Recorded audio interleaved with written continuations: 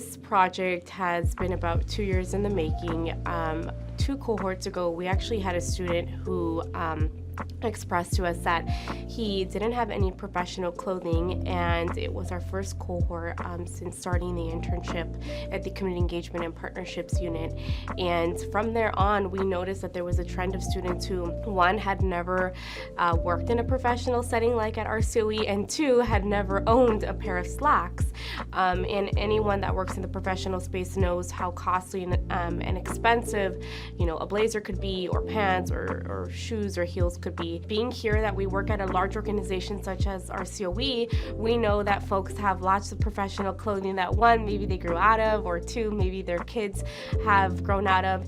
And so right from the beginning, as soon as we sent the email, I can't even tell you how many emails I got in regards to, where do I drop off the clothes? Or, oh my goodness, I've had this bag of clothes just sitting in my garage for 2 months.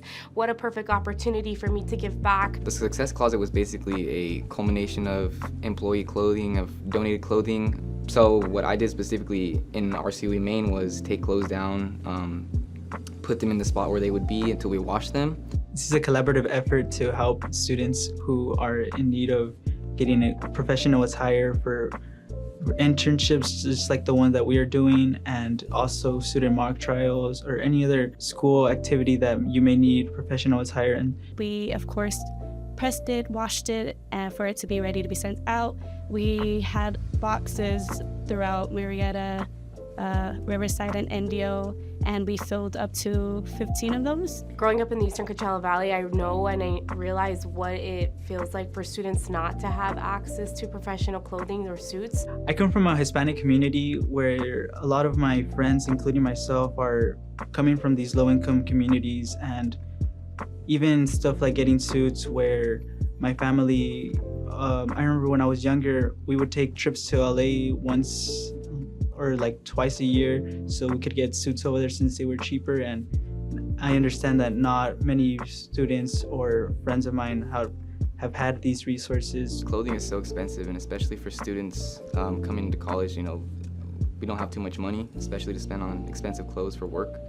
So I think donations and giving back from our employees at RCOE has been, paying it back forward, I think has been very, very telling of the people that work here. I want to give back to the students because, we acknowledge that, this is a community that needs a lot of resources and support, and the students are seeing that from us, right? They're seeing that we want to help them succeed just like we did. I want them to see, that I started as the student who was a migrant student in my whole entire high school. So I want them to see themselves reflected through me, and see that I got support from the Riverside County office, and they saw the value in me as an intern to do something bigger.